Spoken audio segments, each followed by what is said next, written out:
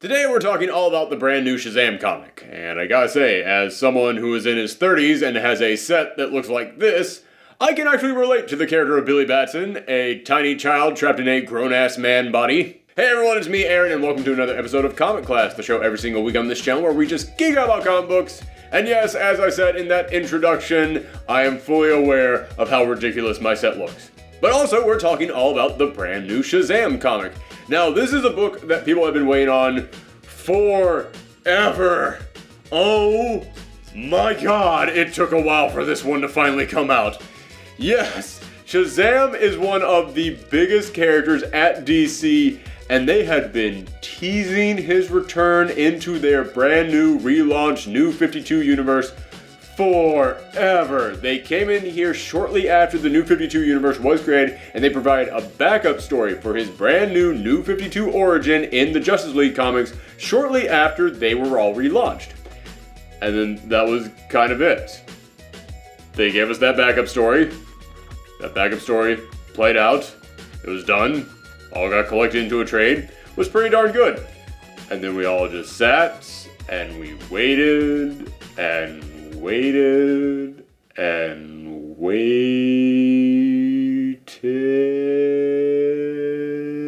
But now it's finally here. So Jeff Johns, one of the most highly acclaimed writers over at DC, kept saying for years that he was going to write this Shazam book.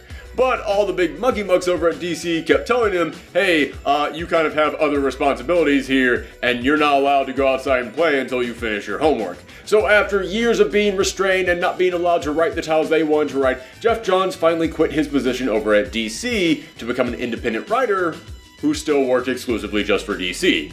So it doesn't sound like all that much stuff changed, except that now Jeff Johns can write all the titles that he has been wanting to write for all these years now. So we are finally getting a whole slew of new Jeff Johns titles, including this brand new Shazam book. It also means that there is no longer anyone in a position of power over at DC to protect those beloved characters that Jeff Johns cared about, but Dan DiDio hates. What you say? That you only meant well, 'cause you did. What you say? So let's go ahead and get into today's actual book itself. Now, going into this book, I was hesitant. I haven't pulled that phrase out in a while. But yeah, I was excited about this because Jeff Johns is an amazing writer, and Shazam is an incredible character, and I could not wait to see what they did in this series, but I was also hesitant because, as I said, we haven't really seen a whole lot of Shazam or Billy Batson ever since the New 52 rebooted all these characters. And all the stuff that I loved about Shazam was in the pre-New 52 DC universe. In the New 52 universe, Billy Batson kind of sucks. He's kind of awful. I hate him so much. Okay, that's going a little bit too far. Let me go ahead and explain. You see, when the New 52 came around, they wanted to make everything darker and more edgy and more kind of basically hopeless, which is not the defining trait of the DC universe, and especially not the defining trait of Shazam. You see, in the original interpretation, Billy Batson was chosen by the wizard Shazam to gain all these amazing powers. And the reason why he was chosen was because Shazam had to pass his powers on to someone who was pure and totally good of heart.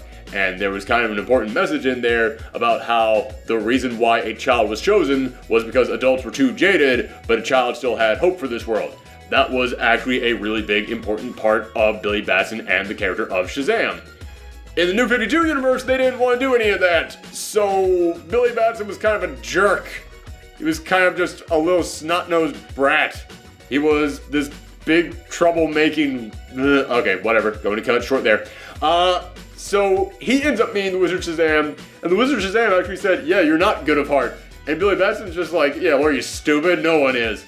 And I looked at that and I was just like, wow, that's everything that I hate about the New 52 all summed up in one thing.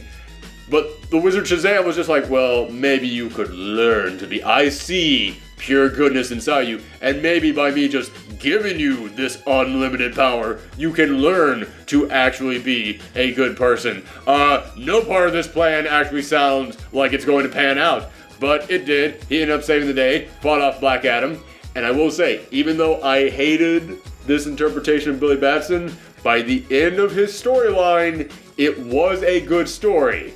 It was not what I wanted from a Shazam story. It was not an interpretation of Billy Batson I want. But if I had never read Shazam, if I was completely unfamiliar with this character, it was a well-written story. So yeah, that's kind of why I was back and forth on this. However, that's how he was first interpreted into the New 52. However, the New 52, after a couple years, didn't really pan out, and people didn't really want their favorite characters to be jerks anymore. So DC, over the past couple years, has been leaning really heavily into trying to backtrack. They've been trying to go, no, it's that stuff that you originally liked about us, right? The characters are acting like themselves again, and we're all good, it's all nice, it's all fine. We're bringing back all the heart and the love and all that stuff that you enjoyed about DC. Right? What you say? Oh, that you only meant. And Jeff Johns has been one of the big personalities over at DC who have been leading this charge to get DC back to being what DC was. He's been talking about bringing back the life and love and legacy and hope and all the other things that define DC, so it seems like he would be the perfect guy to take over this Shazam book, but it did raise questions about how exactly were you going to address the New 52 version of Billy Batson, because it's not like that's not canon, it's not like that didn't happen, that's still there, and it's still been one of the only appearances we've really gotten of this version of Billy Batson and Shazam. And it was also written by Jeff Johns, so yeah, it kind of has to be addressed, and they do actually address it in this book. Very quickly, and then they immediately sweep that underneath the rug. They come in here at the very beginning of this when they give you the brand new backup story to the brand new origin story to the brand new Billy Batson and the brand new Shazam, and they say, yes, Billy Batson was a troublemaker, but he had some good in him. So let's just focus on that part and try and ignore what a big jerk he was there when we first introduced him. And of course, in the New 52, when he joined his new foster home and met his new foster brothers and sisters, he was all like, family, I want no part of this. As soon as I get the first opportunity, I'm out of here. I am Splitsville, I'm done. Screw this family, I want no part of family. Family is stupid. But now, it's been a year since that happened, a year since he moved into this foster home, and you see his foster family saying very quickly, oh, you've come such a long way in this 1 year. And then there's a moment in which he is alone with his brothers and sisters, and he's like, family, that's what's important. That's all I care about. Oh man, do I love family. Family is great to me. So he has indeed changed a lot since that New 52 origin story, even though that New 52 origin story is still canon and still happened to him. And I know that there are some people out there saying, well, shouldn't we have seen how he got from here to here? And technically speaking, that is good writing when you can show a character's progression rather than just jumping immediately from point A to point B. Here's the thing, I don't want to see any of that progression. Shove that right out of the way. I want no part of it. Because here's the thing, watching the character of Billy Batson grow and develop and mature as a human being over the course of an entire year, that is a very fascinating story. It also takes a long period of time, and we've been waiting forever for this new Shazam book to come out, and also, we don't really like that version of Billy Batson at all, so we don't really want to spend more time with that version of Billy Batson. This version of Billy Batson is exactly what we wanted to see in Billy Batson. This is what made the character so special in the first place, and now it was trying to embrace that all over again. So, if you kind of just want to come in here and just say, listen, just trust us, it happened, he grew, he developed, he matured, it was all wonderful stuff that you'll never read about, but here you get these new adventures, I'm okay with that. Because it finally gets us to the Shazam that I was kind of waiting on. And I'm kind of done waiting on it. So here, Shazam. Yay, it's here everybody! But that's not the only thing from the New 52 version of Shazam that they kind of sweep under the rug and ask us to not actually think about and not remember. In the New 52 version of Shazam, he could actually say his name. And his name was Shazam. Because for anybody who is familiar with this character's history, he used to always be called Captain Marvel. And Shazam was the magic word that he would say in order to transform from little Billy Batson into full-grown Captain Marvel. However, here's the thing. When DC bought up this character from Fawcett Comics, Marvel swooped in and stole that name right out from under them. And yeah, you can come in here and say that's kind of a dick move. But in all fairness, it's Marvel Comics, and the character's name was Captain Marvel. It fits. And I know that for generations, people kept saying, well, his name's not Shazam, his name is Captain Marvel, because DC was still allowed to call him Captain Marvel as long as it was inside the book. On the cover, they had to call him Shazam. So that's why every single book that Captain Marvel had for decades was The Power of Shazam, The Trial of Shazam, Billy Batson and Shazam. It had to be called Shazam on the cover, so that's why everybody kept thinking that the character's name was actually Shazam when it was actually Captain Marvel. And I know there are people who are still standing by this, and they're not going to stop fighting on this issue, and they're going to say, no, he is truly Captain Marvel. He was Captain Marvel first, before any of the Marvel Captain Marvels were Captain Marvel. He deserves to be Captain Marvel. I understand that that's the name you have for the character when you were growing up, but, Fight's over, son. I know that you really want him to still be called the name that he originally had. I can understand that, but yeah, when for decades you haven't been allowed to call him the thing that you have to call him on the cover of the book, it's too much work. It's not worth it. It's too much effort. So yeah, it's finally time to drop this. Marvel has had the name Captain Marvel for a long time now. The name of their company is Marvel. They have a movie for their Captain Marvel coming out soon. It's done. It's done. Time to finally give this one up. It is time to finally call him something different. However, I still don't want him to be called Shazam for a couple of reasons. One, Shazam is the thing he has to say in order to activate his powers, to change back and forth between being Captain whatever we're going to call him and Billy Batson. And when the New 52 came around, they had to kind of explain this by saying, well, your name is Shazam, so you're allowed to say Shazam, but if you say Shazam with any kind of like effort or raw emotions into it or a feeling of justice, then that's what causes you to transform. Yeah, that's kind of weird. That's kind of, I mean, I can understand that that's how magic works and all that stuff, but yeah, it doesn't quite work for me. It's a little bit too, I'm not gonna say complicated, but it's one more step than you need that goes into a person's name. So yeah, I didn't really want him to be called Shazam just for that reason, but also because, listen, in our world, Shazam means something. And for all us comic book nerds out there, we know what Shazam means. I can tell you what every single letter of that guy's name means, what it's an abbreviation for. So yes, it does have a meaning behind it. But let's imagine that you had never ever heard of Shazam and the superhero popped up and you said, what's your name? And they said, Shazam? Gesundheit. That's not a thing. That is not an actual, like, that means nothing. Unless it turns out that he is a huge Gomer Pyle fan, it means nothing at all. Gomer Pyle, I'm really hitting all the references that my target audience is going to get. But it would be like if I made a brand new superhero and I decided to call him Captain Kerbal-Pam. Kerbal-Pam means nothing at all. And if someone came up to you and said, my name is Captain Kerbal-Pam, you would try real hard not to look at him weird, like, okay, you just said a couple of vowels in there and I don't think they all fit together just right. You want to take another crack at this one? So they do set up in here that he can't really tell people his name is Shazam or else he transforms back, and he even mentions a couple times in this issue, yeah, I kind of just want to actually have a name that I can actually say. So it's very clear they are going to now give him a new name. And I know in Flashpoint, which again was written by Jeff Johns, in that universe, they called him Captain Thunder. I'm 100% okay with that. If you want to come in here and call him Captain Thunder, that is a cool superhero name. In fact, it also even kind of sounds like a superhero name that a little kid would come up with. So DC, you might want to come in here and plant your flag firmly in Captain Thunder before, I don't know, is there like Thunder comics out there? Because someone else come in here and snag up the name Captain Thunder real quick when you're not looking? You should probably come in here and actually make that official. So yeah, in this book, you see Billy Batson acting like Billy Batson again. He's being friendly. He's being polite to everyone. In fact, there is a moment at the beginning of this book in which they're on a field trip, and his foster brother, Freddy, is kind of goofing off like, oh, I don't want to be here. Which it still kind of bums me out that Freddy is still kind of a jerk, but I get it. You have this whole big family. You want to have somebody in there be the rebel. All right, fine. Someone's got to be it. Freddie Freeman works for him. Fine. I'm cool with that. But he's kind of goofing off, and Billy Batson's like, shh, I'm trying to learn here. Oh my god, Billy Batson wants to learn and be polite to the guy giving him this tour of this museum. Hooray! That's Billy Batson right there. I'm totally okay with that. You got it! Hooray!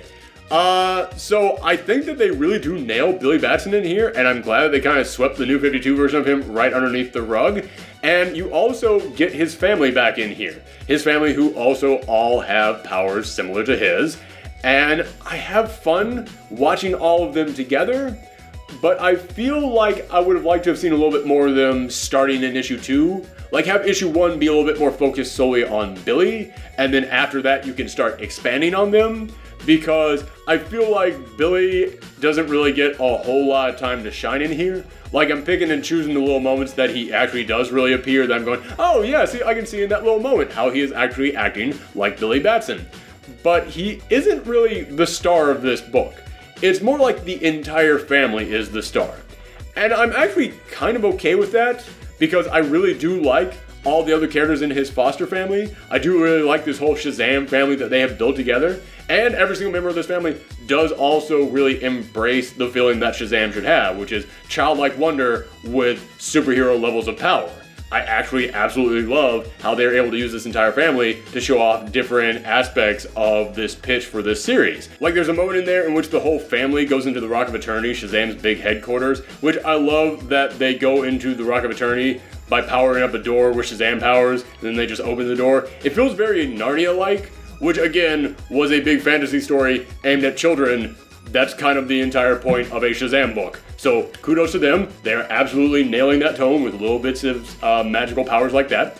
And they go into the Rock of Eternity, which is this big, very serious stone sorcerer's home.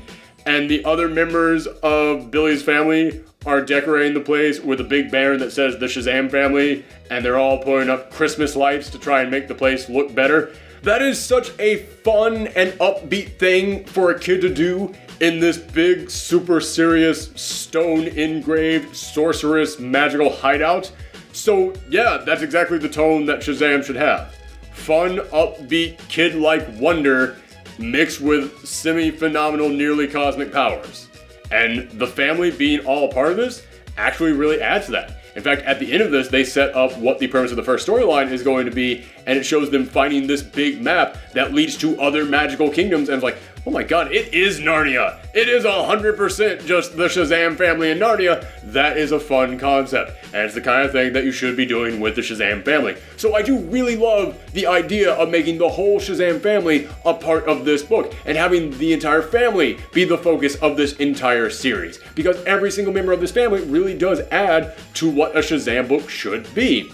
However, as I said, Billy Batson has changed a lot since we saw him in the New 52, so I kind of wish that this first issue had focused a little bit more specifically on his character to kind of give all of us an opportunity to get to know this new redefined version of Billy Batson. I wish we had gotten a little bit more one-on-one time with his character, but again, I get that is not the point of this book. The point of this book is that it's all about the Shazam family, not just Billy Batson himself.